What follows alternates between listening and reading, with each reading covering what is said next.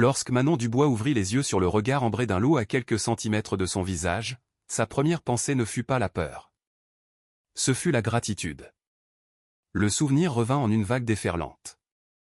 Le rebord de la falaise s'effritant sous ses chaussures de randonnée, la chute vertigineuse à travers les branches de sapin, puis le monde s'éteignant dans une obscurité profonde. Maintenant, elle reposait sur un lit de mousse et d'aiguilles de pin, sa jambe fracturée grossièrement immobilisée par des branches et des lanières de tissu arrachées à sa propre veste. Du sang avait séché sur son front, mais l'hémorragie s'était arrêtée. Deux loups la cernaient, tels des gardiens silencieux. La plus grande, une magnifique femelle blanche, surveillait la forêt, les oreilles dressées au moindre signe de danger. Le plus jeune, un mâle aux yeux vairons, l'un ambre, l'autre d'un bleu glacial, pressait son corps chaud contre son flanc, partageant sa chaleur vitale. Son téléphone satellite gisait en morceaux à une dizaine de mètres. Aucun secours n'allait venir. Pourtant, d'une manière ou d'une autre, contre toute attente, elle était encore en vie, et elle n'était pas seule. Manon Dubois avait toujours cru que la terre gardait des mémoires. Ayant grandi au cœur de la communauté des Cévennes avec sa grand-mère, Monique Moreau, elle avait appris à lire les histoires écrites dans la pierre et le cours des ruisseaux, dans la façon dont la brume matinale s'accrochait à certaines vallées et en évitait d'autres. Mais jamais elle n'aurait imaginé que la terre se souviendrait d'elle. À 28 ans, Manon portait le poids de 3 générations sur ses épaules. Ses parents étaient morts dans un accident de voiture quand elle avait 16 ans, victime d'un chauffard ivre qui s'en était sorti sans une égratignure. Sa grand-mère, Monique, la dernière gardienne du savoir traditionnel de leur famille sur les plantes, était décédée 6 mois plus tôt, laissant à Manon un gîte rempli d'herbes séchées et un cœur plein de questions qu'elle n'avait jamais pensé à poser. Maintenant, alors qu'elle gisait, brisée, à l'ombre des sommets du parc national des Écrins, Manon se demandait si c'était ainsi que son histoire allait se terminer. Elle en était à sa 3e semaine d'une expédition de recherche en solitaire, documentant les propriétés médicinales des plantes de haute altitude pour sa thèse. Ce travail était plus qu'académique. Le diabète faisait des ravages dans sa communauté, et elle était convaincue que les réponses se trouvaient dans les anciennes coutumes, dans les plantes que leurs ancêtres utilisaient depuis des siècles. La pression financière était écrasante. Ses prêts étudiants s'élevaient à 127 000 €, et les frais médicaux de sa grand-mère avaient épuisé les maigres économies de la famille. Manon cumulait 3 emplois pendant l'année universitaire, et cette recherche représentait son dernier espoir d'une percée qui pourrait financer l'achèvement de son doctorat. Elle descendait en rappel le long d'une paroi rocheuse pour atteindre une espèce rare de campanule lorsque son équipement avait lâché. La louve blanche, qu'elle avait décidé d'appeler Blanche, se déplaçait avec la grâce d'une reine arpentant son domaine. Son pelage était immaculé, à l'exception d'une fine cicatrice sur son museau. Autour de son cou pendait un collier de cuir délavé orné de broderies du Languedoc qui coupa le souffle à Manon. Le motif lui était familier, le même que sa grand-mère lui avait enseigné dans son enfance. Le jeune loup était différent. Ombre, comme elle l'avait baptisé, semblait presque humain dans son intelligence. Quand Manon frissonnait, il ajustait sa position pour la protéger du vent. Quand elle essayait d'attraper sa gourde, il la rapprochait doucement avec son museau. Ses yeux vairons contenaient une conscience qui la troublait et la réconfortait à parts égales. Cette vallée avait été le lieu de pâturage de sa famille pendant des générations avant les expropriations forcées. La vallée de la pluie, ainsi que l'appelait maintenant l'administration du parc, sans jamais en connaître la raison. L'arrière-arrière-grand-mère de Manon était née ici, avait cueilli les mêmes plantes que Manon étudiait à présent, avait peut-être foulé ces mêmes sentiers de serre. Alors que le soleil commençait à se coucher, peignant les sommets d'or et de pourpre, Manon réalisa 3 choses. Sa jambe était gravement fracturée. L'hiver arrivait en avance cette année. Et ces loups ne faisaient pas que la protéger. Ils attendaient quelque chose. La question était, quoi? La première nuit mit à l'épreuve la volonté de survie de Manon d'une manière qu'elle n'aurait jamais imaginée. Tandis que l'obscurité s'étendait sur la vallée comme de l'encre renversée, la température chuta brutalement. Sa respiration formait des panaches visibles, et malgré l'attelle de fortune, chaque mouvement envoyait des éclairs de douleur à travers son corps. Les loups semblèrent sentir sa détresse. Blanche se positionna sur son flanc gauche, son épaisse fourrure créant une barrière contre le vent glacial des montagnes qui dévalaient des cimes. Ombre se blottit contre sa droite, son corps plus petit dégageant une chaleur surprenante. Ensemble, ils formèrent un cocon vivant qui tint l'hypothermie à distance. Manon avait lu des articles sur ce comportement dans ses études sur la faune, mais le vivre relevait du miracle. Tout au long de la nuit, les loups se relayèrent pour monter la garde. Quand Blanche se levait pour patrouiller le périmètre, Ombre se pressait davantage contre Manon, ses yeux ambres et bleus scrutant les ténèbres. Quand Ombre partait enquêter sur des bruits lointains, Blanche se déplaçait pour couvrir une plus grande partie du corps de Manon de sa chaleur. Leur coordination était parfaite, comme s'ils avaient planifié ce sauvetage depuis des années. Manon sombrait et refaisait surface dans la conscience, ses rêves emplis de la voix de sa grand-mère récitant de vieilles histoires sévenoles sur le lien profond entre son peuple et les clans de loups. « Nous sommes tous de la même terre », disait souvent Monique. Maintenant, brisée dans cette nature sauvage avec deux loups pour seule compagnie, Manon commençait à comprendre ce que sa grand-mère voulait vraiment dire. L'aube se leva avec la clarté tranchante qui n'existe qu'en haute altitude. La tête de Manon battait la chamade et sa bouche était aussi sèche que du papier de verre, mais elle était en vie. Plus remarquable encore, elle avait chaud. Alors que la conscience revenait pleinement, elle prit conscience de quelque chose d'extraordinaire. Sa jambe n'était pas simplement immobilisée. Elle était correctement maintenue avec ce qui semblait être une connaissance médicale délibérée. Les branches n'étaient pas placées au hasard. Elles suivaient les lignes naturelles de son péroné, maintenues en position par des lanières de sa propre chemise qui avaient été déchirées avec une précision chirurgicale. Un rembourrage de mousse et d'aiguilles de pin amortissait les points de pression exactement là où un secouriste qualifié les aurait placés. Manon contempla l'ouvrage avec stupeur. Ce n'était pas de l'instinct. C'était un comportement appris. Ombre remarqua son réveil et lui apporta immédiatement sa gourde, la transportant délicatement entre ses dents sans percer le plastique. La bouteille était pleine d'une eau claire et froide qui avait le goût des sources de montagne. Quand Manon tenta de s'asseoir pour boire, les deux loups ajustèrent leur position pour soutenir son dos, créant une sorte de fauteuil inclinable naturel. Son sac à dos avait survécu à la chute, bien que son téléphone satellite et son GPS fussent détruits. À l'intérieur, elle trouva le journal en cuir de sa grand-mère, enveloppé dans un tissu huilé et intact. Manon l'avait apporté pour se réconforter, sans s'attendre à avoir besoin du savoir traditionnel qu'il contenait. Maintenant, en l'ouvrant avec des mains tremblantes, certains passages semblaient briller d'une nouvelle pertinence. La louve blanche aux yeux ambrés, lisait-on dans une entrée datant de 30 ans. Elle est venue à moi alors qu'elle n'était qu'un louveteau, blessé et seul. Je l'ai soignée avec les anciens remèdes, et elle a appris nos manières. Quand le moment est venu de la relâcher, elle a pleuré comme un enfant humain quittant la maison. Mais l'appel de la nature était plus fort que le confort, et elle est retournée auprès des siens.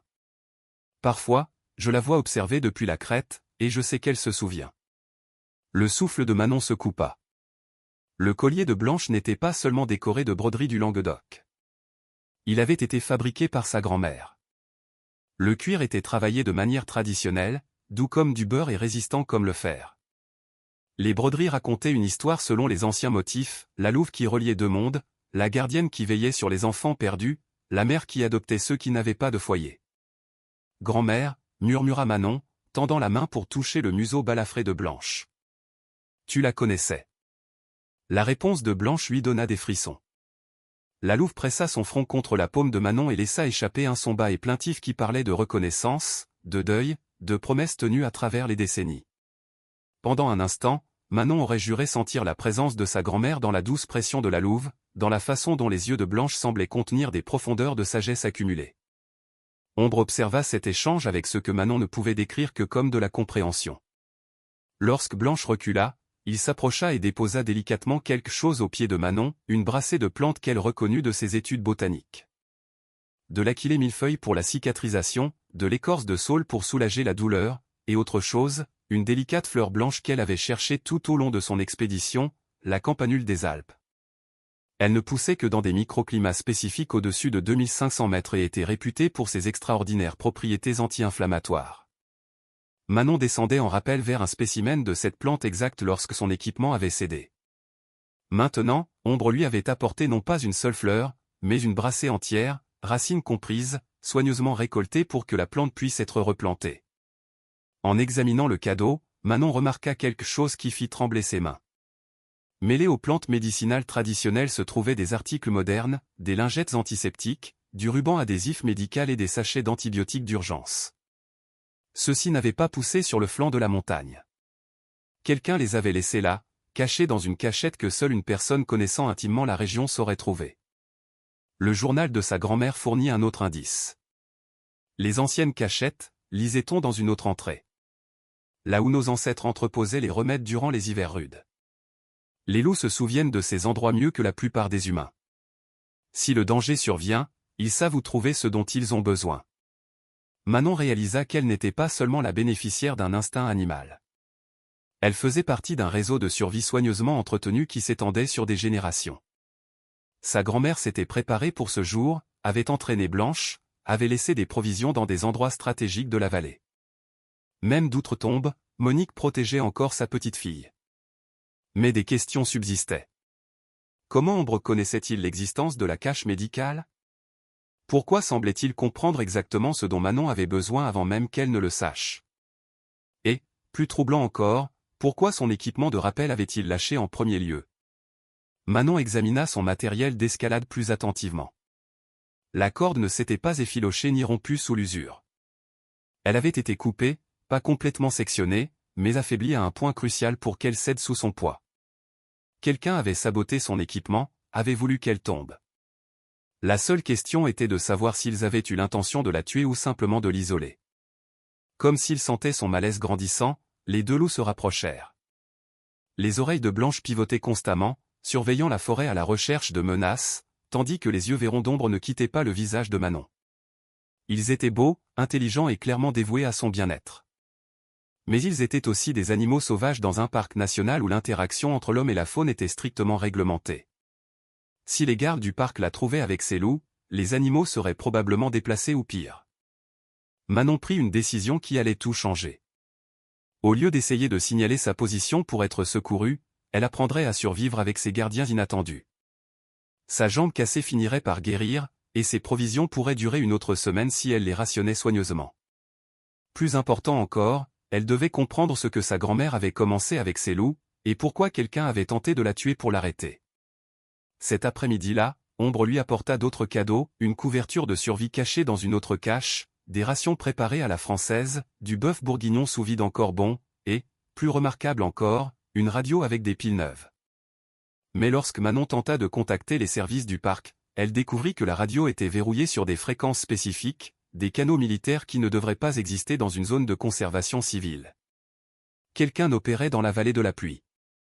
Quelqu'un avec des ressources et l'autorisation d'utiliser du matériel de communication militaire. Quelqu'un qui en savait assez sur le programme de recherche de Manon pour saboter son équipement au moment précis où elle serait la plus vulnérable. Et quelqu'un qui n'avait manifestement pas compté sur l'intervention de Blanche et Ombre. Alors que le soleil se couchait sur son deuxième jour dans la nature, Manon commença à comprendre que sa chute n'avait pas été un accident, et son sauvetage n'était pas seulement une chance. Elle était prise au milieu de quelque chose de plus grand que la recherche universitaire, quelque chose qui avait commencé avec la relation de sa grand-mère avec ses loups et menaçait maintenant de se terminer par la mort de Manon. Mais Blanche et Ombre avaient d'autres plans. À la tombée de la nuit, ils se positionnèrent pour une autre nuit de protection.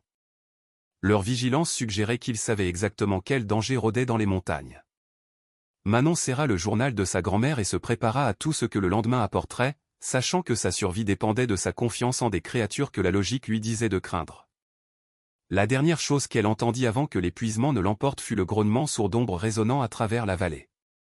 Non pas une menace, mais un avertissement à ceux qui se trouvaient là-dehors. Manon Dubois était sous la protection du clan des loups, et cette protection ne serait pas abandonnée sans combat. Le troisième matin amena un visiteur que Manon n'attendait pas. Elle se réveilla pour trouver Ombre debout, rigide, les poils hérissés, un grognement sourd grondant dans sa poitrine.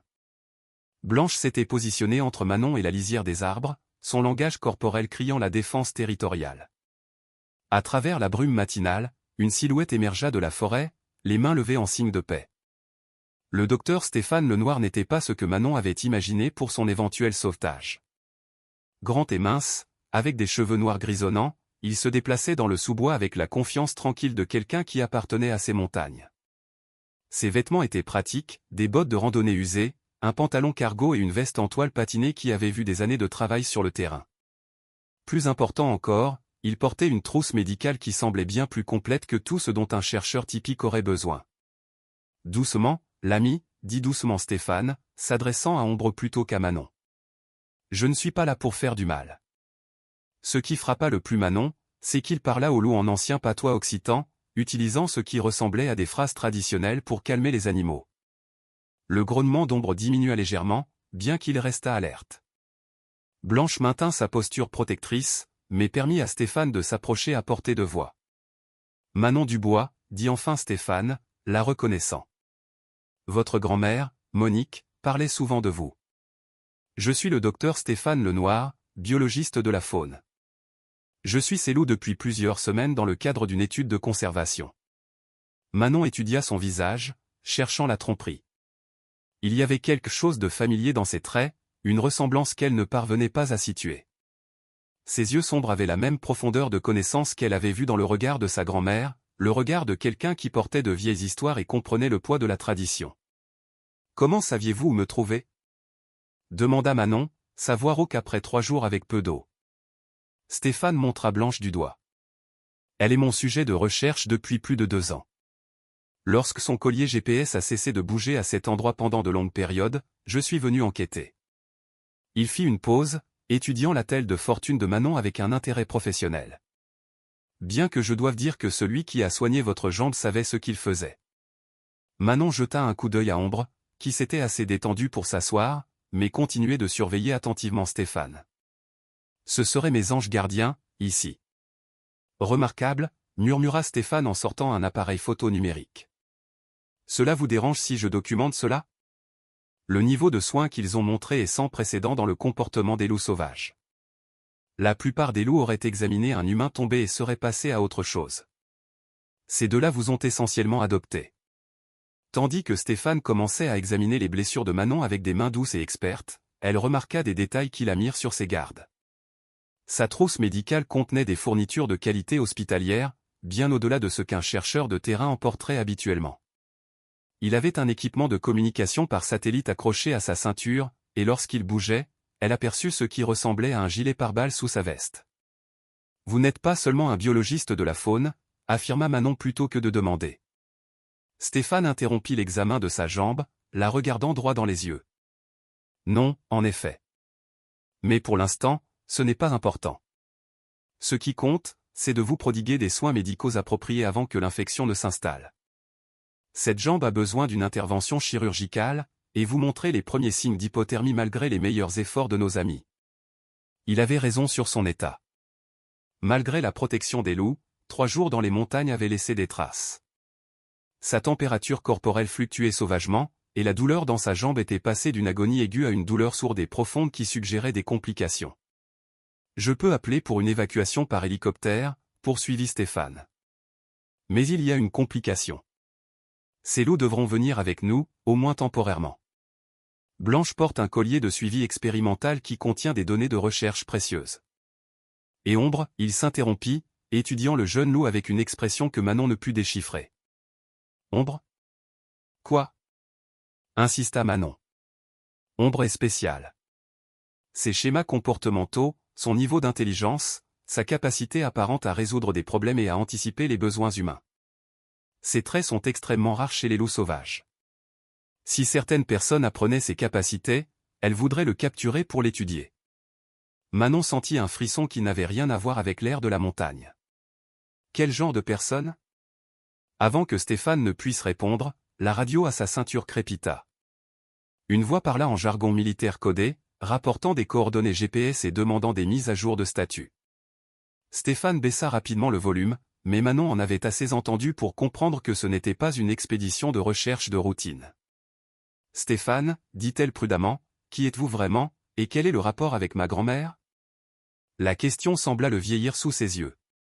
Il s'assit sur ses talons, regardant alternativement Manon et les loups avec l'expression d'un homme portant de lourds secrets. Quand il parla de nouveau, sa voix portait le poids d'un vieux chagrin. « Votre grand-mère Monique m'a sauvé la vie il y a 25 ans. J'étais un jeune soldat à l'époque, un chasseur alpin, blessé lors d'un accident d'entraînement dans ces mêmes montagnes. Elle m'a trouvé, a soigné mes blessures avec des remèdes traditionnels et m'a appris à respecter les anciennes coutumes. Nous sommes devenus proches, très proches. » Le souffle de Manon se coupa alors que les pièces du puzzle commençaient à s'assembler. Les traits familiers, la façon dont il se déplaçait en territoire cévenol avec une aisance désinvolte, la profondeur de sa connaissance du travail de sa grand-mère. « À quel point proche » murmura-t-elle. « Assez proche pour que lorsqu'elle m'a dit qu'elle était enceinte, j'ai voulu quitter l'armée et l'épouser. Assez proche pour que lorsque sa famille l'a convaincu que je n'étais qu'un autre homme de la ville qui l'abandonnerait, cela nous a brisé le cœur à tous les deux. Assez proche pour que j'ai passé les 25 dernières années à me demander ce qu'il était advenu de l'enfant qu'elle portait quand elle m'a renvoyé. Les implications frappèrent Manon comme un coup physique. Son père avait été élevé par Monique après la mort précoce de ses propres parents. Il avait toujours prétendu ne pas savoir qui était son père, disait que sa mère refusait d'en discuter. Mais la chronologie correspondait, et en regardant Stéphane maintenant, Manon pouvait voir la mâchoire de son père, son propre menton têtu dans ses traits. « Vous pensez que vous êtes mon grand-père » dit Manon d'un ton plat. « Je ne le pense pas » répondit doucement Stéphane. « Je le sais. Monique m'a contacté il y a 6 mois, juste avant de mourir. Elle m'a parlé de vous, de vos recherches, des dangers que vous pourriez rencontrer. Elle m'a demandé de veiller sur vous, de vous protéger comme j'aurais dû la protéger elle. » Le monde de Manon bascula sur son axe. Tout ce qu'elle pensait savoir sur son histoire familiale changeait, se réalignant en de nouveaux motifs qui prenaient un sens terrible. La connaissance de sa grand-mère du protocole militaire, sa capacité à soigner les blessures traumatiques, ses liens mystérieux avec des agences gouvernementales, tout découlait de sa relation avec Stéphane. « Les loups » dit lentement Manon. « Ils font partie de tout ça, d'une manière ou d'une autre. » Stéphane hocha la tête d'un air sombre. Blanche était l'un des 3 loups que Monique a élevés et relâchés au fil des ans. Tous portaient des colliers de suivi avec GPS et moniteurs de santé. Soi-disant pour la recherche sur la conservation. En réalité, ils étaient utilisés pour cartographier les gisements de minéraux dans toute la vallée. Le gouvernement sait depuis des décennies que cette région contient d'importantes réserves de terres rares. Et maintenant, ces minéraux valent des milliards, et certaines entreprises veulent les droits d'exploitation de cette vallée. La revendication de la communauté des Cévennes sur ces terres est la seule chose qui se dresse sur leur chemin. La mort de votre grand-mère n'était pas naturelle, Manon. Elle a été empoisonnée parce qu'elle était sur le point de révéler les études minérales illégales et les dommages environnementaux qu'elle causait. L'accusation flottait dans l'air comme la fumée d'un bûcher funéraire. L'esprit de Manon vacillait, essayant de traiter l'idée que sa grand-mère bien-aimée avait été assassinée pour avoir protégé une terre sacrée. Mais cela expliquait tant de choses. La maladie soudaine de Monique, son insistance urgente pour que Manon continue la recherche sur les plantes, ses derniers mots sur la protection de ce qui compte le plus. Ombre se leva brusquement, les oreilles dressées vers la forêt. Blanche le rejoignit immédiatement, les 2 loups faisant face à la même direction, leur corps tendus pour la fuite ou le combat. Au loin, Manon pouvait entendre le vrombissement rythmé des rotors d'hélicoptères qui approchaient rapidement. « Nous devons bouger » dit Stéphane avec urgence, emballant ses fournitures médicales. « Ce n'est pas notre transport. »« Comment le savez-vous » ? »« Parce que je n'ai pas encore appelé pour une évacuation. Quelqu'un d'autre nous suit, et ils ne viennent pas pour aider. » Stéphane tira Manon sur ses pieds avec une douceur surprenante, compte tenu de l'urgence de la situation. Ses jambes hurlèrent de protestation, mais l'adrénaline masqua le pire de la douleur. Blanche et Ombre les flanquèrent alors qu'ils s'enfonçaient plus profondément dans la forêt, suivant ce qui semblait être une piste de gibier, mais qui ressemblait davantage à une voie d'évacuation que Monique avait planifiée des années à l'avance. « Il y a un gîte à environ 3 kilomètres d'ici, » expliqua Stéphane pendant qu'il marchait. « Votre grand-mère l'utilisait comme station de recherche, mais c'est aussi une planque. Nous pouvons nous regrouper là-bas et décider de notre prochain mouvement. » « Notre prochain mouvement » halta Manon, luttant pour suivre le rythme malgré sa blessure. « Manon, vous n'êtes plus seulement une doctorante. Vous êtes l'héritière légale du savoir de Monique et de sa revendication sur cette terre.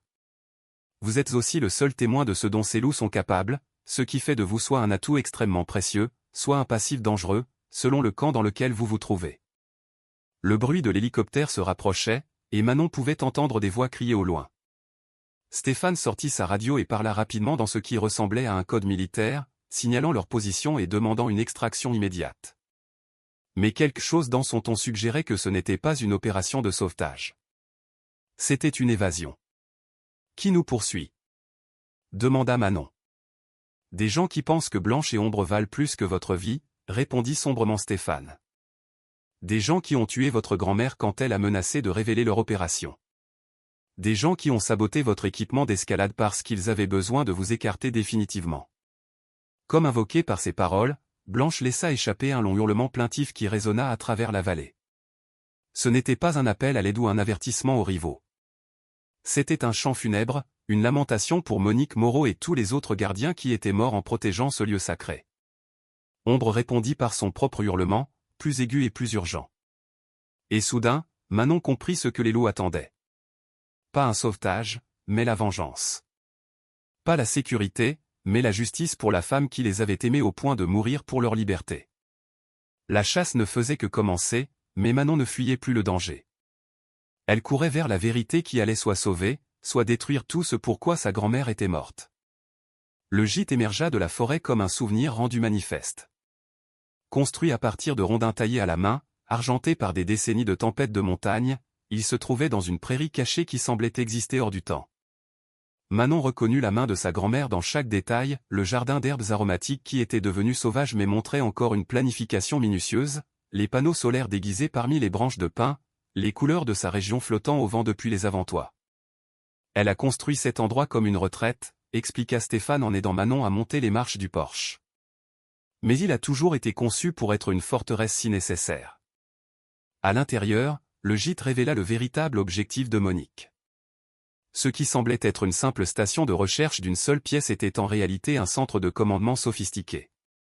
Des cartes couvraient chaque mur, marquées de symboles qui ne signifiaient rien pour les observateurs occasionnels, mais qui racontaient une histoire détaillée des levées miniers, des schémas de migration de la faune et des accaparements de terres par les entreprises. Du matériel informatique bourdonnait silencieusement dans un coin, alimenté par le réseau solaire caché et entretenu par quelqu'un qui venait clairement régulièrement. Manon s'effondra dans une chaise faite de bois courbé et de peau de cerf, sa jambe blessée palpitant à chaque battement de cœur. Blanche et Ombre se postèrent près des fenêtres, maintenant leur vigile protectrice même dans ce sanctuaire. Les loups semblaient connaître cet endroit, se déplaçant dans l'espace avec la familiarité de visiteurs fréquents. « Depuis combien de temps venez-vous ici ?» demanda Manon à Stéphane alors qu'il activait les ordinateurs avec une efficacité experte. « Depuis la mort de Monique. » Elle a laissé des instructions spécifiques dans son testament. Si quelque chose lui arrivait, je devais surveiller cet équipement et guetter les signes d'une activité corporative croissante dans la vallée. Ses doigts volèrent sur le clavier, affichant des images satellites et des levées géologiques. Ce que j'ai trouvé était pire que ce qu'elle soupçonnait. L'écran se remplit de données qui glacèrent le sang de Manon. Des cartes détaillées de la composition minérale montraient de vastes gisements de terres rares dans toute la vallée de la Pluie. Des études d'impact environnemental prédisaient une destruction écologique complète si des opérations minières à grande échelle commençaient.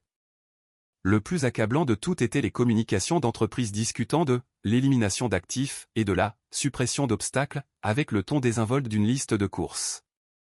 Ils l'ont tuée parce qu'elle allait révéler tout ça, murmura Manon, fixant des courriels qui discutaient de l'activisme gênant de sa grand-mère et de la nécessité de solutions permanentes. Ils l'ont tuée parce qu'elle était la gardienne légale de Blanche et des autres loups de recherche, corrigea Stéphane. Selon une ancienne loi coutumière, ces animaux étaient considérés comme des parents sacrés avec des droits territoriaux spécifiques. Tant que les loups avaient un statut juridique, les compagnies minières ne pouvaient pas prétendre que la terre était une nature sauvage inhabitée. Manon sentit les pièces s'emboîter avec une clarté écœurante. Et maintenant qu'elle est morte, le statut juridique des loups dépend de la reconnaissance d'un gardien de la communauté. Vous êtes sa seule parente vivante ayant des racines cévenoles et l'éducation pour comprendre leurs schémas comportementaux. Aux yeux de la loi traditionnelle, vous êtes leur héritière naturelle. Mais je ne suis qu'une doctorante, protesta Manon. Je ne connais rien à la tutelle légale ou à la politique locale. Stéphane ouvrit un autre fichier, celui-ci contenant des documents numérisés écrits de la main soignée de Monique. Elle s'était préparée à cela. Chaque recherche que vous avez faite, chaque plante que vous avez cataloguée, chaque observation sur le comportement animal, tout cela a été construit en vue de ce moment. Elle vous formait pour être leur voix. Manon lut les notes de sa grand-mère avec une stupéfaction croissante. Monique avait documenté l'intelligence de Blanche, les capacités de résolution de problèmes d'ombre et leur capacité à nouer des liens émotionnels complexes avec une précision scientifique. Plus important encore, elle avait replacé leur comportement dans le cadre de la tradition cévenole, arguant que ces loups représentaient un pont entre la sagesse ancienne et la science moderne de la conservation. Elle montait un dossier juridique, réalisa Manon, prouvant que Blanche et Ombre ne sont pas seulement des animaux. Ce sont des ressources culturelles avec les mêmes droits de protection que les sites sacrés. Exactement. Et ça fonctionnait, jusqu'à ce que le consortium minier décide que les batailles juridiques prenaient trop de temps. La mâchoire de Stéphane se serra avec une colère à peine contenue. Ils l'ont fait empoisonner avec un composé qui imitait une maladie naturelle. Le temps que quelqu'un réalise ce qui se passait, il était trop tard. Le bruit de moteur lointain les fit se figer tous les deux. Par la fenêtre, Manon pouvait voir des nuages de poussière s'élever de la route forestière qui n'était censée exister sur aucune carte publique. Plusieurs véhicules approchaient, se déplaçant avec la précision coordonnée d'une opération militaire. « Comment nous ont-ils trouvés si vite ?» demanda Manon, la panique montant dans sa gorge. Stéphane était déjà en train d'éteindre les ordinateurs et de rassembler les fichiers essentiels. De la même manière qu'ils ont suivi tout le reste. Ils ont quelqu'un au sein du gouvernement de la communauté qui leur donne des informations, quelqu'un qui connaissait ce gîte et son importance. Blanche et Ombre étaient déjà à la porte arrière, leur langage corporel urgent. Manon réalisa que les loups avaient un plan d'évasion, probablement un qu'ils avaient déjà utilisé lorsque le danger menaçait. Alors que Stéphane l'aidait à se diriger vers la sortie arrière, elle aperçut le convoi approchant par les fenêtres avant. Des SUV noirs avec des plaques gouvernementales et assez de personnel armé pour déclencher une petite guerre. Ils ne prennent aucun risque cette fois, marmonna Stéphane, jetant un sac d'urgence sur son épaule. Ils vous veulent, vous, les loups, et toutes les preuves de ce que Monique a découvert. La porte arrière s'ouvrait sur un labyrinthe de sentiers de serre et de formations rocheuses naturelles qui offraient une couverture, mais la jambe blessée de Manon rendait toute vitesse impossible, et elle pouvait entendre des voix crier des ordres alors que l'équipe d'assaut encerclait le gîte. Blanche prit la tête, les guidant le long d'un sentier qui semblait s'enfoncer plus profondément dans les montagnes plutôt que de se diriger vers la civilisation. « Où allons-nous » halta Manon alors qu'ils grimpaient régulièrement. « Il y a une autre cache à environ 5 km d'ici, » répondit Stéphane, supportant la majeure partie de son poids alors qu'il naviguait sur le terrain dangereux. De la nourriture, des fournitures médicales et du matériel de communication que votre grand-mère ne peut pas tracer. Mais nous devons l'atteindre avant qu'il n'amène des chiens de pistage. Ombre fermait la marche, regardant fréquemment en arrière vers leurs poursuivants. Le jeune loup se déplaçait avec la grâce fluide de quelqu'un à l'aise dans sa peau. Mais Manon remarqua quelque chose d'inquiétant. Il boitait de la patte avant gauche, et il y avait du sang sur sa fourrure. Le stress des derniers jours faisait des ravages sur eux tous. En grimpant, Stéphane compléta les pièces du puzzle de la conspiration qui avait coûté la vie à Monique. Le consortium minier n'était pas seulement intéressé par les terres rares. Il se positionnait pour exploiter les réfugiés climatiques qui seraient éventuellement contraints de se relocaliser en altitude. La vallée de la pluie représentait l'emplacement idéal pour un développement privé qui pourrait abriter des milliers de riches évacués des villes côtières.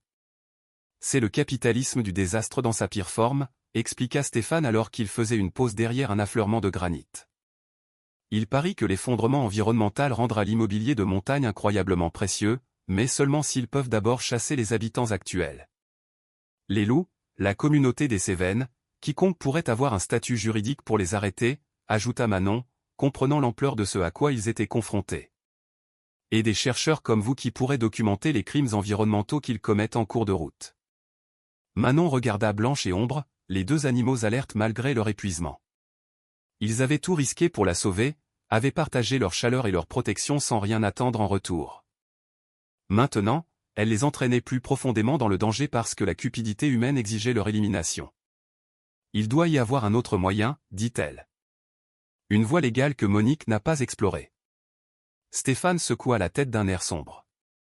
Elle a tout essayé. Les lois sur la protection de l'environnement, les revendications de souveraineté locale, les protections des espèces menacées. Le consortium a des avocats spécialisés dans le contournement de toutes ces garanties. La seule chose qui les a arrêtés était sa tutelle personnelle des loups. Et maintenant qu'elle est partie, ils pensent avoir gagné, termina Manon. Un hélicoptère passa au-dessus, ses rotors battant l'air avec une violence mécanique. Des équipes de recherche se déployaient dans la forêt, utilisant l'imagerie thermique et la coordination radio pour resserrer leurs filets. Manon réalisa qu'ils avaient peut-être une heure avant d'être acculés, et sa blessure faisait d'elle plus un fardeau qu'un atout dans n'importe quelle poursuite.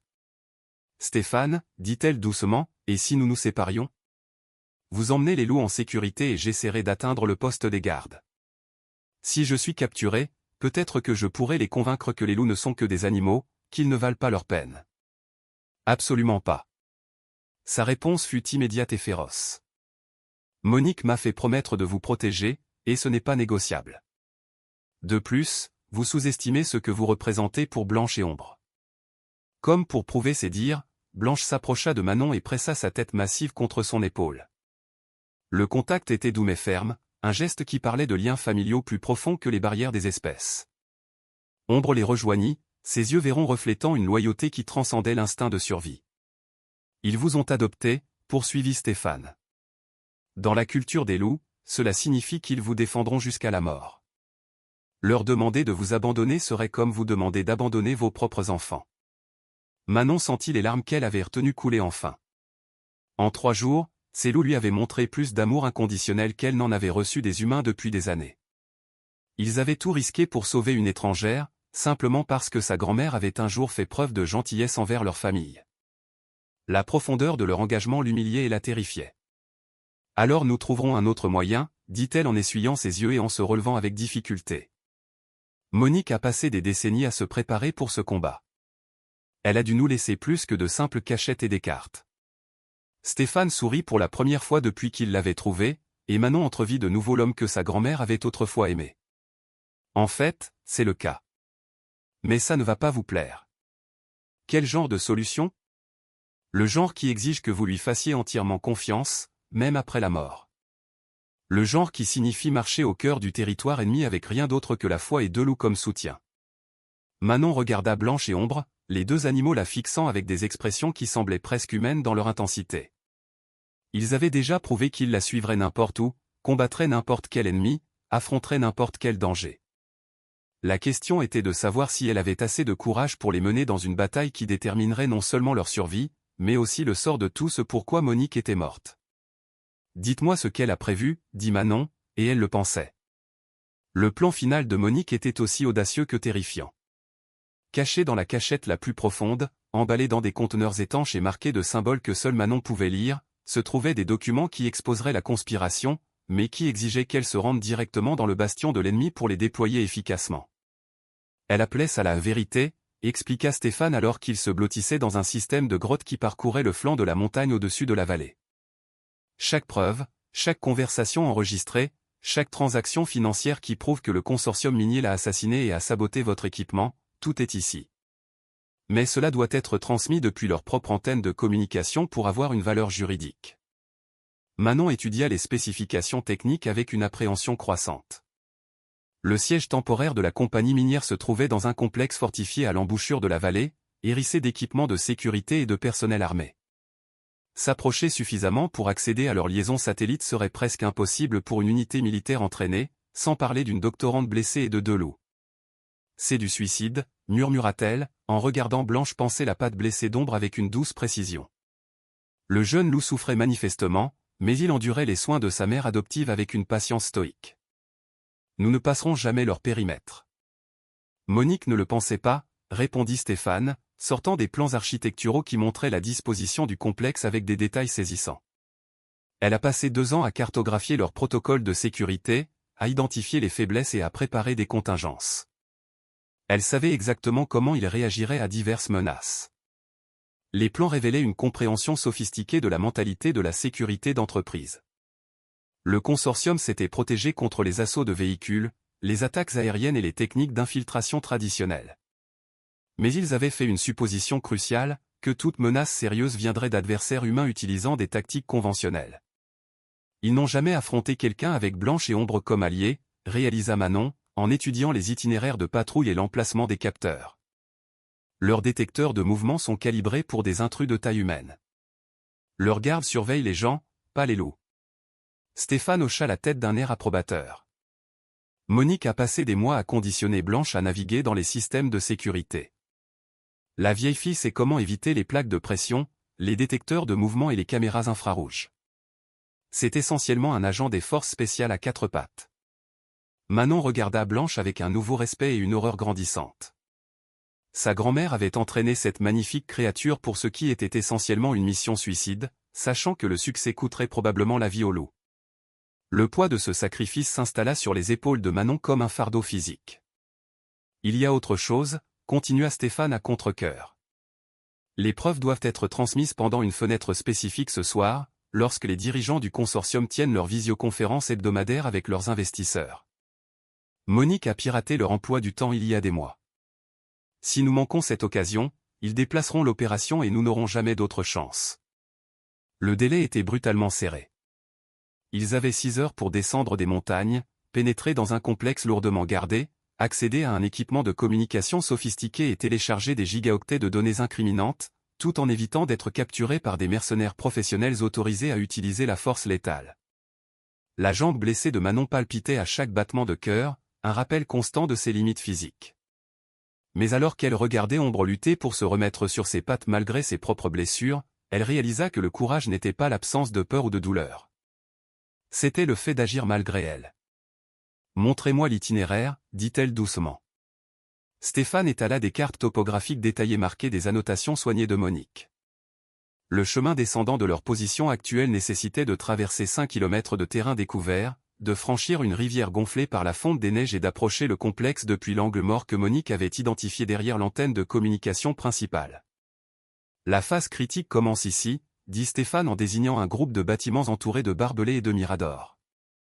Blanche et Ombre devront créer une diversion à la porte principale pendant que vous et moi approchons par l'arrière. Nous aurons peut-être 15 minutes pour télécharger les fichiers avant que leur protocole de sécurité ne verrouille tout le système. Quel genre de diversion ? L'expression de Stéphane était sombre. Le genre qui attire tous les gardes du complexe loin du centre de communication. Blanche sait comment déclencher leurs alarmes de périmètre systématiquement, donnant l'impression d'un assaut coordonné depuis plusieurs directions. C'est une tactique brillante, mais cela signifie qu'elle sera exposée aux tirs pendant que nous serons en sécurité à l'intérieur, termina Manon. La manière désinvolte dont les humains prévoyaient de sacrifier les animaux pour leurs propres besoins lui retourna l'estomac. Il doit y avoir un autre moyen. Monique a exploré toutes les alternatives, dit doucement Stéphane. C'est le seul plan qui nous donne une chance raisonnable de succès. Blanche et Ombre ne sont pas des animaux de compagnie, Manon. Ce sont des guerriers qui comprennent pourquoi ils se battent. Votre grand-mère leur a appris que certaines choses valent la peine de mourir. Manon ferma les yeux, essayant de canaliser la sagesse de sa grand-mère. Monique avait passé sa vie à équilibrer le pragmatisme et la compassion, à faire des choix difficiles pour le bien commun. Si elle avait conçu ce plan, c'était parce qu'elle avait épuisé toutes les alternatives qui n'exigeaient pas un sacrifice aussi terrible. L'après-midi se passa en préparation intense. Stéphane vérifia et revérifia leur équipement électronique pendant que Manon étudiait la disposition du complexe jusqu'à ce qu'elle puisse s'y déplacer les yeux bandés. Blanche et Ombre semblaient sentir la mission approcher, leur comportement passant de protecteur à tactique. Ils se déplaçaient maintenant avec détermination, conservant leur énergie pour l'épreuve à venir. À l'approche du soir, des nuages d'orage s'accumulèrent sur les montagnes, promettant le genre de temps qui compliquerait leur mission tout en fournissant une couverture supplémentaire. Des éclairs vacillaient au loin, et l'air portait la tension électrique qui précède les orages de montagne. Un timing parfait, marmonna Stéphane, consultant les bulletins météo sur son appareil portable. L'orage interférera avec leur imagerie thermique, mais il rendra aussi l'approche plus dangereuse. Manon regarda Blanche lécher la patte blessée d'Ombre une dernière fois avant de se lever avec une grâce prédatrice. Les yeux ambrés de la vieille louve contenaient des profondeurs de connaissance et de chagrin qui parlaient de batailles menées et de pertes endurées au fil des années de protection de cette vallée. Maintenant, elle se préparait pour ce qui pourrait être sa dernière mission. « Grand-mère », murmura Manon à l'orage qui approchait. « J'espère que tu sais ce que tu nous demandes. » Comme en réponse, le tonnerre gronda à travers la vallée avec la résonance profonde de tambours résonnant dans des espaces sacrés. Le son sembla éveiller quelque chose de primal chez les deux loups. Leurs oreilles se dressèrent et leurs corps se tendirent d'anticipation. Ils étaient prêts.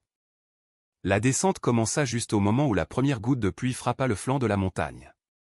La jambe blessée de Manon hurlait à chaque pas, mais Blanche se positionna pour la soutenir sans que cela soit évident pour d'éventuels observateurs. Ombre avançait en éclaireur, ses sens aiguisés à l'affût de patrouilles ou d'équipes de pistage.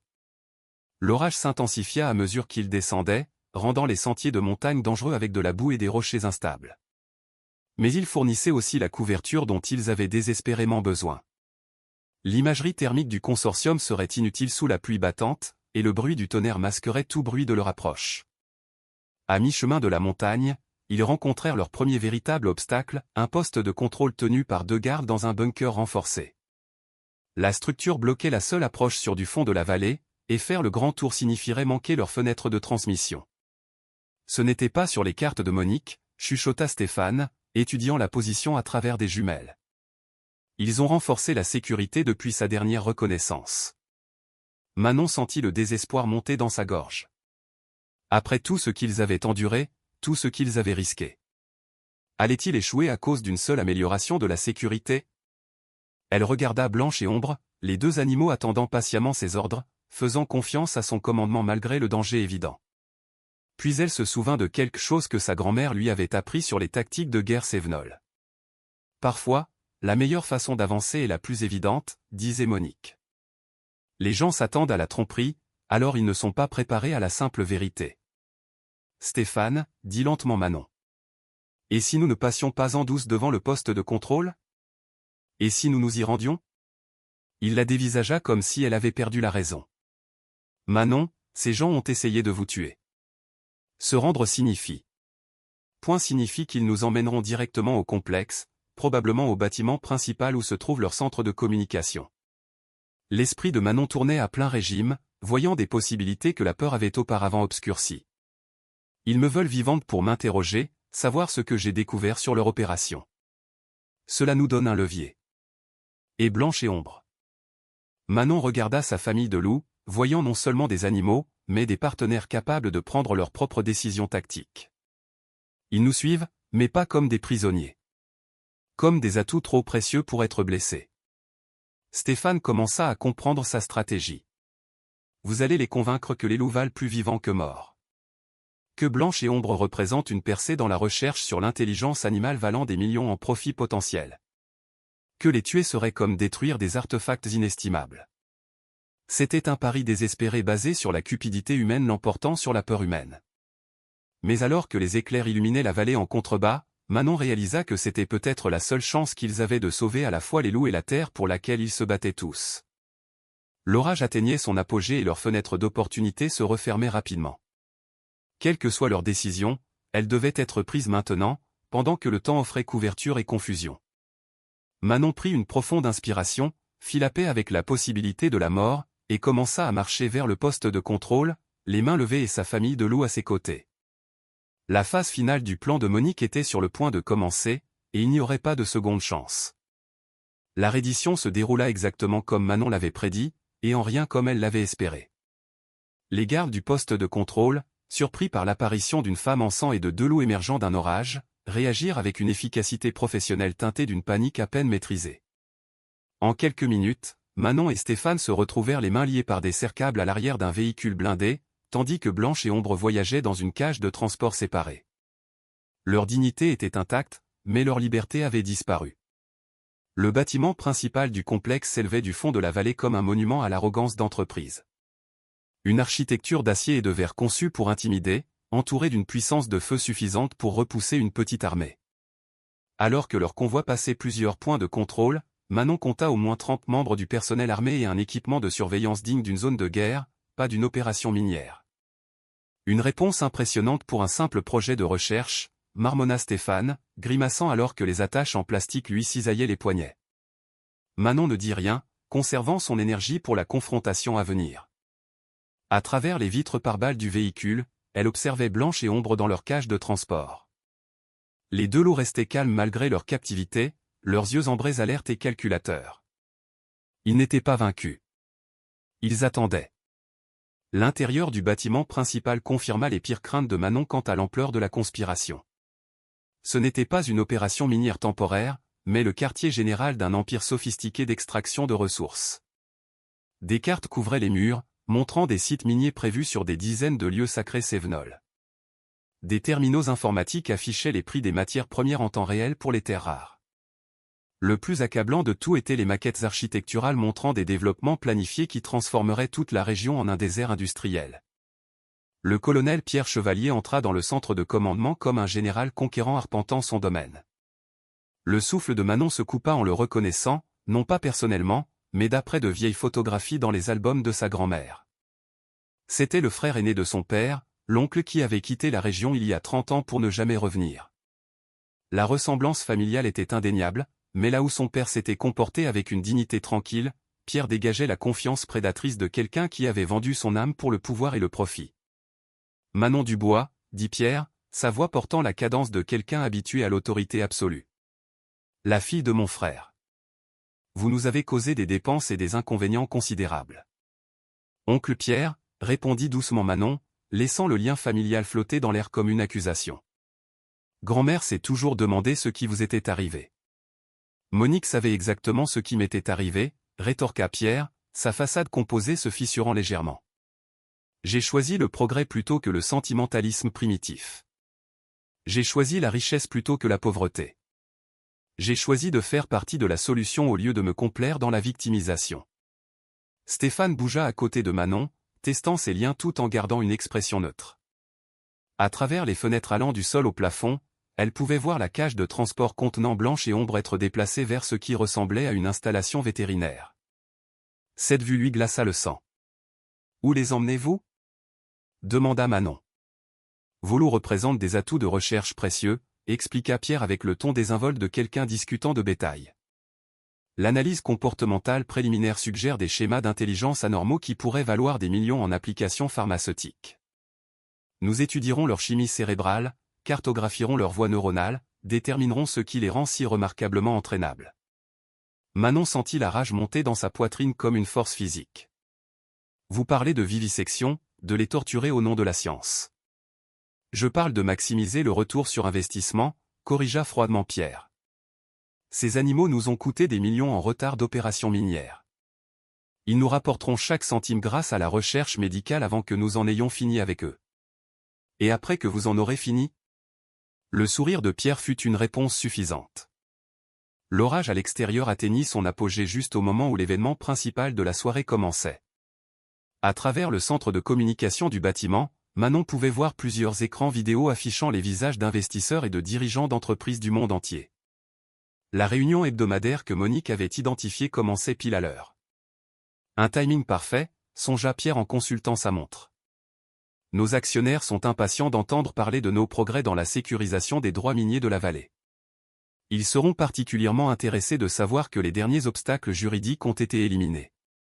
Manon réalisa avec une horreur croissante qu'elle et les loups n'étaient pas seulement des prisonniers. Ils étaient la preuve de concept pour une présentation aux investisseurs. Pierre avait l'intention de démontrer sa capacité à éliminer l'opposition en leur montrant l'activiste Sévenol capturé et ses loups domestiqués. « Vous avez tué Monique pour ça ?»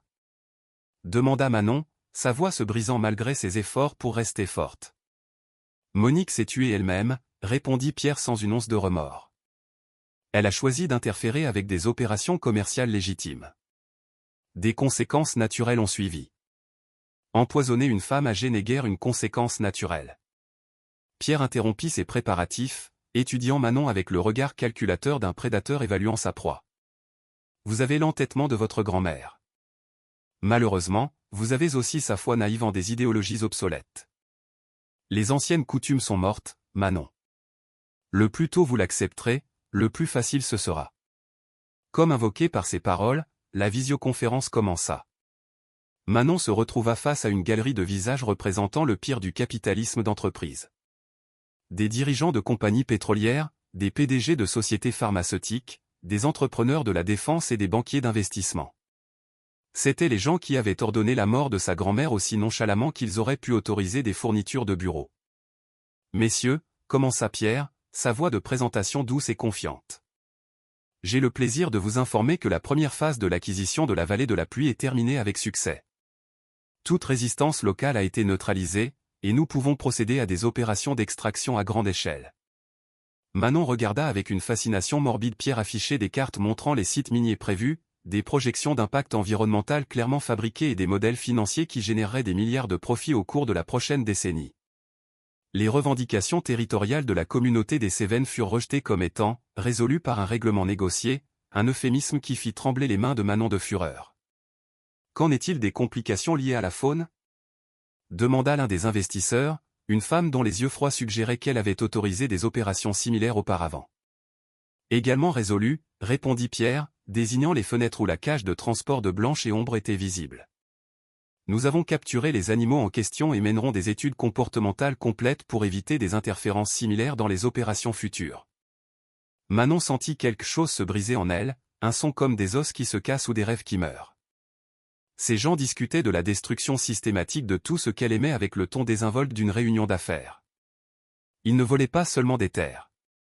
Ils volaient l'avenir de générations d'enfants sévenols qui ne connaîtraient jamais les lieux sacrés que leurs ancêtres avaient protégés.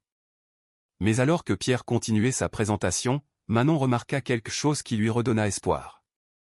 Le terminal principal du centre de communication se trouvait à moins de 3 mètres, affichant actuellement le logo de l'entreprise pendant que la visioconférence se poursuivait. Si elle pouvait d'une manière ou d'une autre accéder à ce système pendant la présentation, les fichiers de preuves que Stéphane transportait pourraient être transmis au même réseau qui diffusait les mensonges de Pierre aux investisseurs du monde entier. Le plan qui avait semblé impossible à l'extérieur du complexe parut soudain réalisable de l'intérieur. Tout ce dont elle avait besoin, c'était d'une diversion assez grande pour détourner l'attention du terminal, et elle regardait 2 maîtres tacticiens spécialisés dans la création de diversions.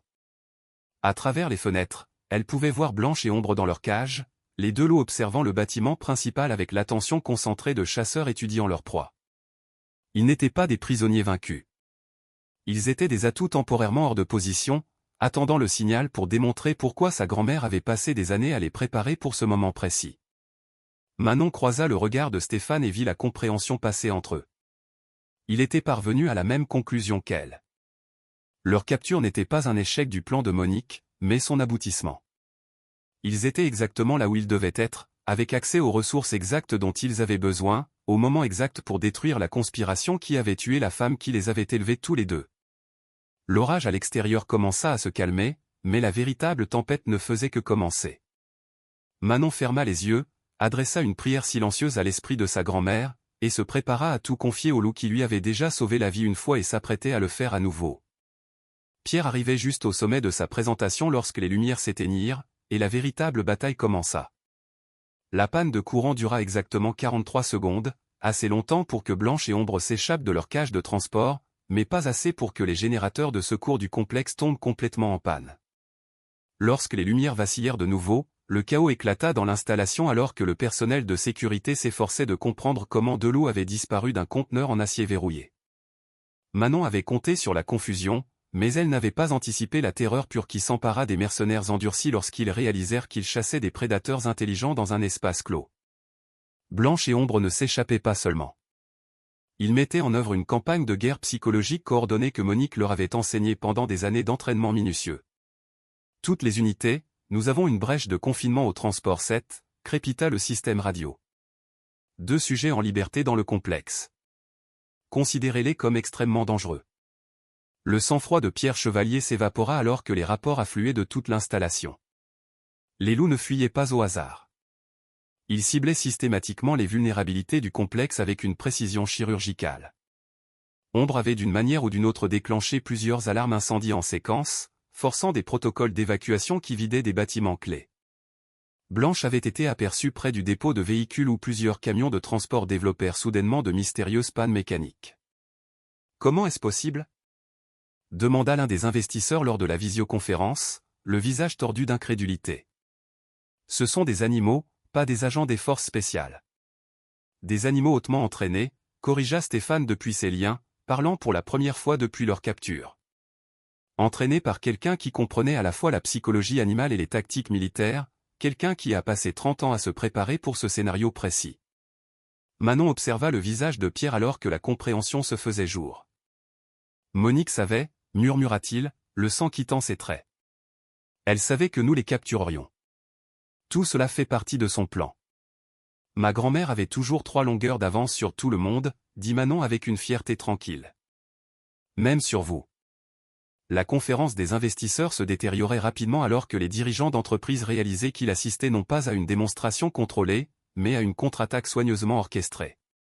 Certains commencèrent à se déconnecter de l'appel, tandis que d'autres exigeaient des explications pour les défaillances de sécurité évidentes. La présentation soigneusement construite de Pierre s'effondrait en temps réel. « Monsieur, nous avons besoin de vous au centre de commandement immédiatement », rapporta un officier de sécurité via l'interphone. Les sujets ont compromis notre antenne de communication principale. Le cœur de Manon bondit. Ce n'était pas une destruction aléatoire. C'était un ciblage tactique.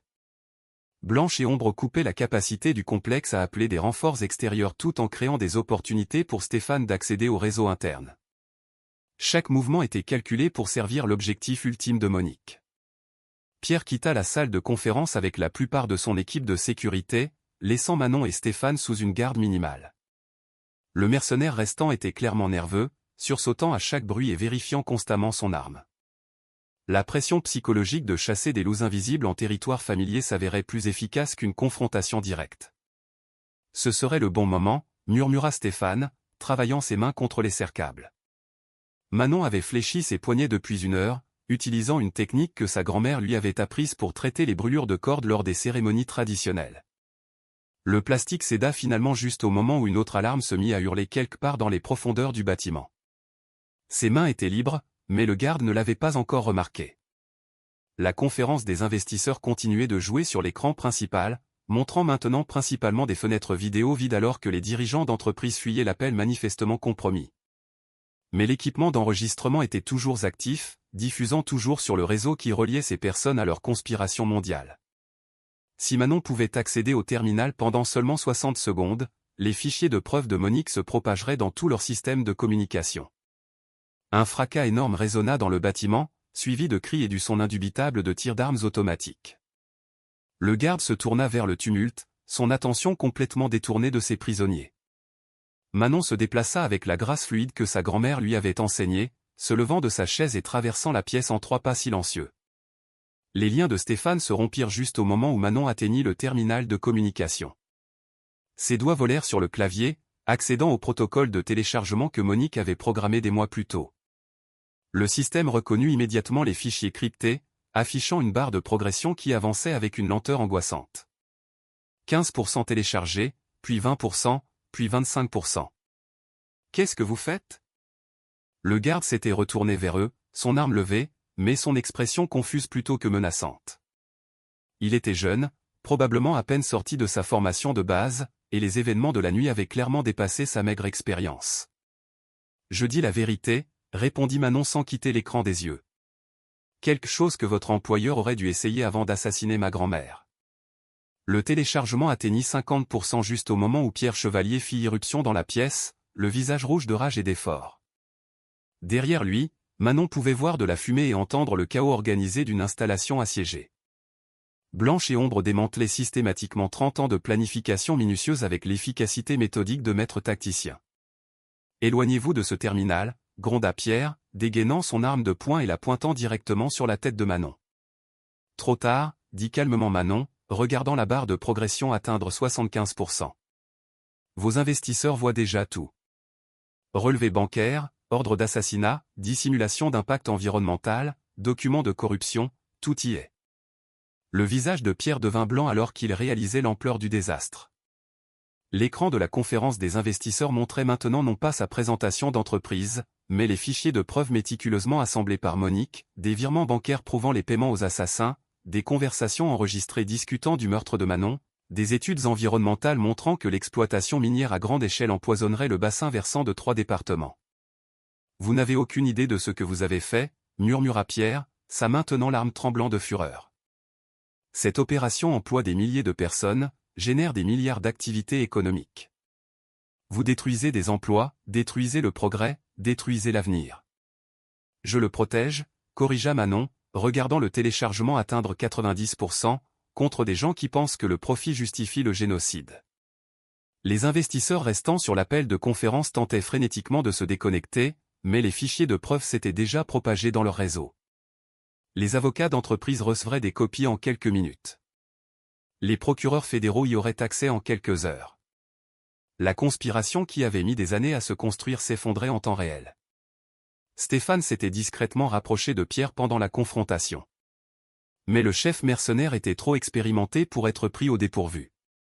Son arme oscillait entre Manon et Stéphane alors qu'il calculait ses options qui diminuaient rapidement. Le téléchargement peut être inversé, dit désespérément Pierre.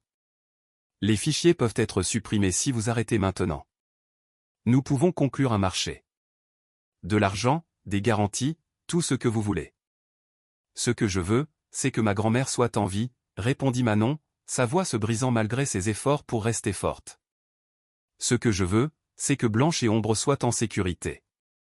Ce que je veux, c'est que cette vallée reste sacrée au lieu d'être dépouillée jusqu'à l'oubli. Des demandes impossibles, cracha Pierre. Alors nous n'avons rien à nous dire. Le téléchargement atteignit 98% juste au moment où le réseau électrique principal du bâtiment tomba complètement en panne. L'éclairage de secours projeta tout dans des ombres rouges infernales alors que l'infrastructure de l'installation succombait finalement à l'assaut systématique de Blanche et Ombre. Mais le terminal de communication avait sa propre alimentation de secours et les 2% finaux de données furent transmis alors même que l'obscurité s'abattait sur le reste du complexe. Pierre tira avec son arme dans un accès de rage pure, mais Stéphane avait anticipé le coup et s'était jeté entre l'arme et Manon. La balle l'atteignit à l'épaule, le faisant tourner sur lui-même, mais sans le faire tomber. Pierre leva l'arme pour un second tir juste au moment où Blanche apparut dans l'embrasure de la porte comme un esprit vengeur. La louve se déplaça avec une grâce liquide, couvrant la distance entre la porte et Pierre en 2 bonds. Son attaque fut précise et professionnelle, non pas la fureur sauvage d'un animal, mais la frappe calculée d'un guerrier qui comprenait exactement la force nécessaire. L'arme de Pierre vola à travers la pièce alors que le poids de Blanche le projetait au sol. Ombre apparut un instant plus tard, se positionnant entre le chef mercenaire déchu et Manon. Les 2 loups étaient indemnes, mais couverts de poussière et de débris de leur démolition systématique des infrastructures du complexe. Ils avaient atteint leurs objectifs avec une précision militaire tout en évitant les pertes inutiles. « Oncle Pierre » dit doucement Manon, regardant l'homme qui avait trahi tout ce que leur famille représentait. « Grand-mère a toujours dit que vous finiriez par rentrer à la maison. Elle n'aurait simplement jamais imaginé que vous devriez y être traîné. » Pierre la regarda depuis le sol, sous la garde protectrice de Blanche, son visage un mélange de défaite et d'incrédulité. « Vous ne comprenez pas les forces auxquelles vous avez affaire. Ça ne s'arrête pas là. Il y a des plans de secours, des sites alternatifs, d'autres opérations dont vous ne savez rien. Alors nous les arrêterons aussi, dit simplement Manon. Une vallée à la fois, une meute de loups à la fois, une vérité à la fois. À travers les fenêtres brisées, elle pouvait voir l'aube se lever sur les montagnes. L'orage était passé, laissant l'air pur et vif avec l'odeur de la neige et du pin. Quelque part au loin, des sirènes retentissaient alors que les forces de l'ordre fédéral répondaient aux fichiers de preuves qui se propageaient maintenant sur tous les principaux réseaux d'information du pays. La bataille pour la vallée de la pluie était terminée, mais Manon savait que la guerre pour les droits des communautés locales et la protection de l'environnement se poursuivrait pendant des générations. Au moins, maintenant, l'esprit de sa grand-mère pouvait reposer en paix, sachant que la vérité avait enfin été dite, et que les loups qu'elle avait aimés étaient enfin en sécurité. Blanche et Ombre se placèrent aux côtés de Manon alors qu'elle aidait Stéphane à se relever. Leur formation était protectrice mais non plus désespérée. Ils avaient trouvé leur meute humaine, avaient protégé ce qui comptait le plus, et avaient prouvé que l'amour et la loyauté pouvaient triompher de la cupidité et de la corruption. Le soleil se leva pleinement sur les montagnes, peignant les sommets d'or et de pourpre, et pour la première fois depuis des mois, Manon Dubois se sentit vraiment en paix. 6 mois plus tard, Manon se tenait dans la même prairie où sa grand-mère avait construit le gîte de recherche caché. Mais tout avait changé. L'enquête fédérale avait balayé le consortium minier comme un feu purificateur, entraînant des dizaines d'arrestations et la protection permanente de la vallée de la pluie en tant que site du patrimoine mondial de l'UNESCO. Pierre Chevalier était en prison fédérale en attente de son procès pour complot, meurtre et terrorisme environnemental, son empire d'entreprise démantelé et ses avoirs gelés.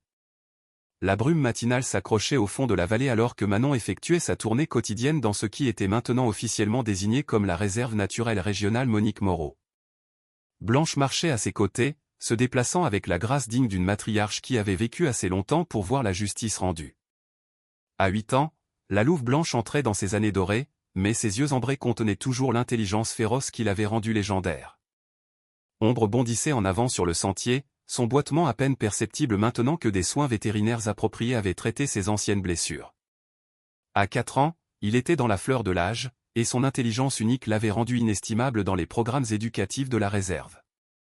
Des enfants de la communauté des Cévennes et des environs venaient régulièrement pour apprendre la gestion traditionnelle de la faune, et Ombre semblait comprendre son rôle d'ambassadeur entre les mondes humain et animal.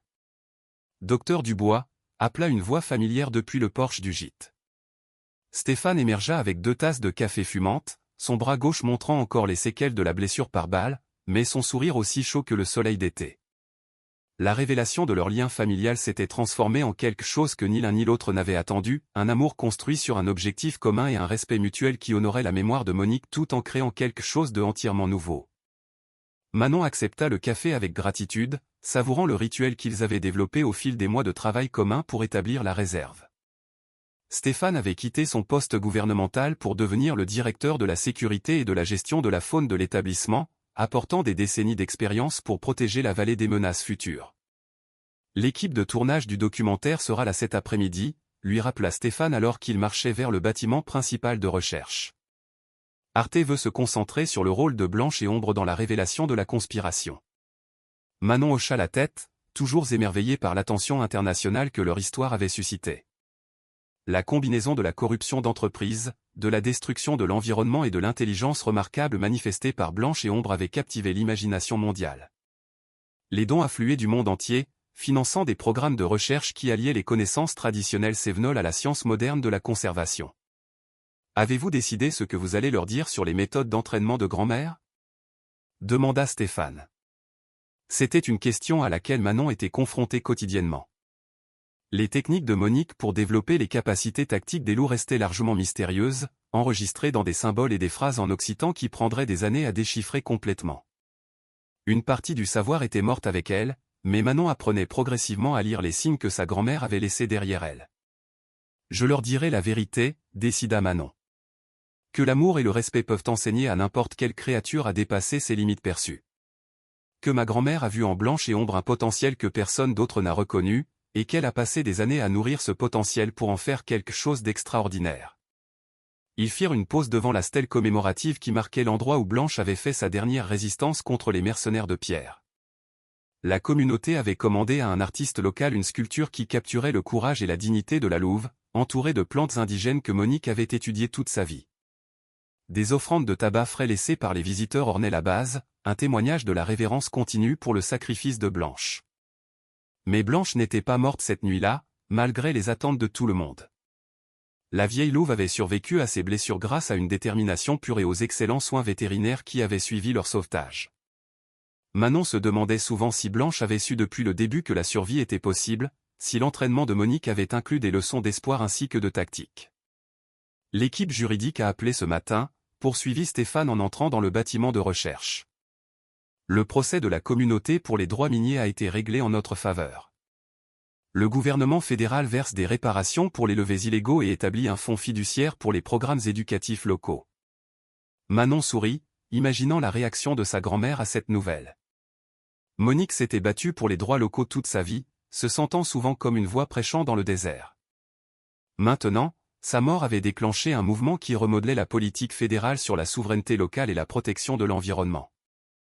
Le bâtiment de recherche bourdonnait d'activité alors que les étudiants de 3e cycle de Manon se préparaient pour le travail de terrain de la journée. Sa thèse de doctorat sur la médecine traditionnelle par les plantes avait évolué en un programme de recherche complet qui révolutionnait le traitement du diabète et d'autres maladies chroniques affectant les communautés de la région. La campanule des Alpes qui avait commencé son voyage poussait maintenant dans des parcelles soigneusement entretenues, ses propriétés uniques étant étudiées par des sociétés pharmaceutiques selon des directives éthiques strictes. Docteur Dubois, appela Chloé Fournier, l'une des étudiantes les plus prometteuses de Manon. Les résultats de laboratoire sont revenus sur les échantillons d'hier. Les concentrations d'alcaloïdes dans les spécimens de haute altitude sont 30% plus élevées que nous l'avions prévu. Manon examina les données avec une excitation croissante. Chaque découverte les rapprochait du développement de traitements qui pourraient sauver des vies tout en honorant les connaissances traditionnelles qui avaient rendu la recherche possible. C'était exactement le genre de pont entre la sagesse ancienne et la science nouvelle que Monique avait imaginé. Blanche et Ombre s'étaient installées dans leur rôle de mascotte non officielle de la réserve avec une grâce remarquable. Blanche passait la plupart de son temps à encadrer les jeunes loups du programme de réhabilitation, leur enseignant des techniques de survie avec la patience d'un maître. Ombre travaillait avec l'équipe éducative, démontrant des capacités de résolution de problèmes qui laissaient les visiteurs émerveillés et les scientifiques s'efforçant de comprendre la base neurologique de son intelligence. Ce ne sont pas des animaux de compagnie, disait toujours Manon aux visiteurs qui voulaient toucher ou nourrir les loups. Ce sont des partenaires dans le travail de conservation, des collègues qui se trouvent marcher sur 4 pattes au lieu de 2. Le tournage du documentaire de l'après-midi se déroula sans encombre, Blanche et Ombre jouant leur rôle avec une compétence professionnelle. L'équipe d'Arte était particulièrement intéressée par la capacité d'Ombre à manipuler des dispositifs mécaniques simples et la compréhension sophistiquée de Blanche des états émotionnels humains. Les deux loups semblaient comprendre l'importance de la documentation, restant immobiles pour les gros plans et démontrant leur capacité avec une répétition patiente. C'est sans précédent, s'émerveilla le docteur Valérie Lefebvre, la comportementaliste de la faune consultante pour le documentaire. Le niveau de développement cognitif que nous observons suggère qu'un enrichissement environnemental et des liens sociaux appropriés peuvent débloquer des potentiels chez les animaux sauvages que nous n'avions jamais imaginés. Manon regarda Ombre guider doucement un enfant visiteur loin d'une parcelle de recherche fragile, utilisant juste assez de pression pour le rediriger sans l'effrayer. Les actions du loup démontraient non seulement de l'intelligence, mais de la sagesse, une compréhension des conséquences et des relations qui transcendaient le simple entraînement. À l'approche du soir, l'équipe de tournage remballa son équipement et retourna à la civilisation, laissant la réserve s'installer dans ses rythmes nocturnes paisibles. Manon parcourut les sentiers du périmètre avec Blanche et Ombre, vérifiant les stations de recherche et profitant de la communion avec la nature qui était devenue essentielle à son bien-être quotidien. La vallée avait radicalement changé depuis cette nuit, 6 mois auparavant, où la cupidité des entreprises avait failli tout détruire ce pourquoi Monique avait travaillé. Là où l'équipement minier avait autrefois menacé de balafrer le paysage, des installations de recherche fonctionnaient désormais en harmonie avec l'environnement naturel. Là où des mercenaires armés avaient patrouillé avec une intention violente, des gardes locaux maintenaient maintenant la sécurité dans le respect de tous les êtres vivants. Grand-mère serait fière, dit Manon à Blanche alors qu'elle faisait une pause au belvédère où Monique s'asseyait souvent pour regarder le coucher du soleil. Elle disait toujours que la vraie victoire n'est pas de vaincre ses ennemis, mais de les transformer en alliés. Même Pierre Chevalier avait commencé cette transformation. Des lettres de prison arrivant à la réserve suggéraient que faire face aux conséquences de ses choix avait entamé un processus de remords sincère. Il ne serait jamais pardonné pour le meurtre de Monique, mais il pourrait encore trouver un moyen de se racheter en témoignant contre d'autres conspirations d'entreprises menaçant les terres locales. Stéphane les rejoignit au belvédère, portant les rapports de recherche du soir. Le programme de réhabilitation des loups a sa première réussite, annonça-t-il avec une fierté évidente. La meute que nous avons sauvée de l'élevage illégal est prête à être relâchée dans la zone de nature sauvage protégée. Manon sentit des larmes de joie menacer de couler. Chaque animal sauvé qui retournait à la nature représentait une victoire pour les valeurs que Monique avait défendues jusqu'à la mort. La réserve devenait exactement ce que sa grand-mère avait imaginé, un lieu où la guérison se produisait à plusieurs niveaux, où les créatures brisées retrouvaient leur intégrité et où l'espoir triomphait du désespoir. Alors que le soleil se couchait derrière les montagnes, peignant le ciel de nuances d'or et de pourpre, Blanche laissa échapper un long hurlement plaintif qui résonna à travers la vallée. Mais ce n'était pas un chant de deuil. C'était une célébration, une déclaration que le clan des loups courait toujours librement dans des lieux sacrés, que l'amour triomphait toujours de la haine, et que certaines choses vaudraient toujours la peine d'être protégées. Ombre se joignit au chant de sa mère adoptive, sa voix plus jeune tissant des harmonies qui parlaient de liens de meute et de loyauté familiale. D'autres loups de la réserve ajoutèrent leur voix, créant une symphonie qui semblait dépasser le monde physique pour toucher les esprits de tous ceux qui s'étaient sacrifiés pour ce moment. Manon ferma les yeux et écouta la musique que sa grand-mère avait passé sa vie à essayer de préserver. Dans ce son, elle entendit la voix de la terre elle-même, ancienne et éternelle, promettant que tant qu'il y aurait des gens prêts à écouter, la conversation entre les humains et la nature continuerait. Lorsque les hurlements s'évanouirent finalement dans un silence paisible, Manon ouvrit les yeux et trouva Stéphane la regardant avec une expression de parfaite compréhension. Ils avaient trouvé quelque chose pour quoi vivre, pourquoi mourir, pourquoi construire un avenir.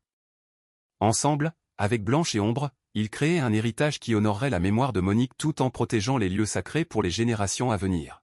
« Viens », dit Manon en prenant la main de Stéphane alors que les premières étoiles apparaissaient dans le ciel qui s'assombrissait.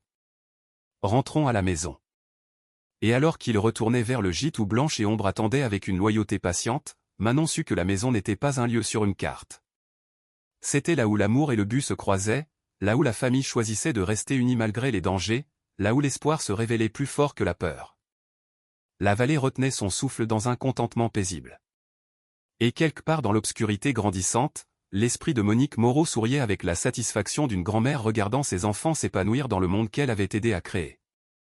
Parfois, la famille dont nous avons besoin n'est pas celle dans laquelle nous naissons, mais celle qui choisit de rester quand tout s'effondre. L'histoire de Manon nous rappelle que l'amour transcende les espèces, que la loyauté est plus profonde que le sang, et que les liens que nous forgeons à travers les épreuves partagées se révèlent souvent plus forts que ceux donnés par la naissance. À 28 ans, elle a découvert ce que beaucoup d'entre nous apprennent plus tard dans la vie, que la vraie famille signifie être là, rester présent et protéger ce qui compte le plus, même si cela nous coûte tout ce que nous pensions vouloir. Blanche et Ombre n'ont pas seulement sauvé la vie de Manon dans ces montagnes des Alpes. Ils lui ont appris que le courage n'est pas l'absence de peur, mais la volonté d'agir malgré elle. Ils lui ont montré que parfois le plus grand amour exige le plus grand sacrifice, et que la guérison ne se produit pas dans l'isolement mais en communauté avec ceux qui nous voient vraiment. La grand-mère de Manon, Monique, savait quelque chose de profond, que les relations que nous entretenons avec patience et respect, que ce soit avec des personnes, des animaux ou la terre elle-même, deviennent le fondement de tout ce qui a du sens dans nos vies. Alors que nous faisons face à nos propres saisons de perte et de changement, le voyage de Manon offre de l'espoir. La famille peut être reconstruite, un but peut être redécouvert, et parfois, lorsque nous sommes brisés et effrayés, des gardiens inattendus apparaissent pour nous rappeler que nous ne sommes jamais vraiment seuls. Quelles relations inattendues ont apporté le plus de sens à votre vie? Avez-vous déjà fait l'expérience du genre de loyauté inconditionnelle que Manon a trouvé avec Blanche et Ombre?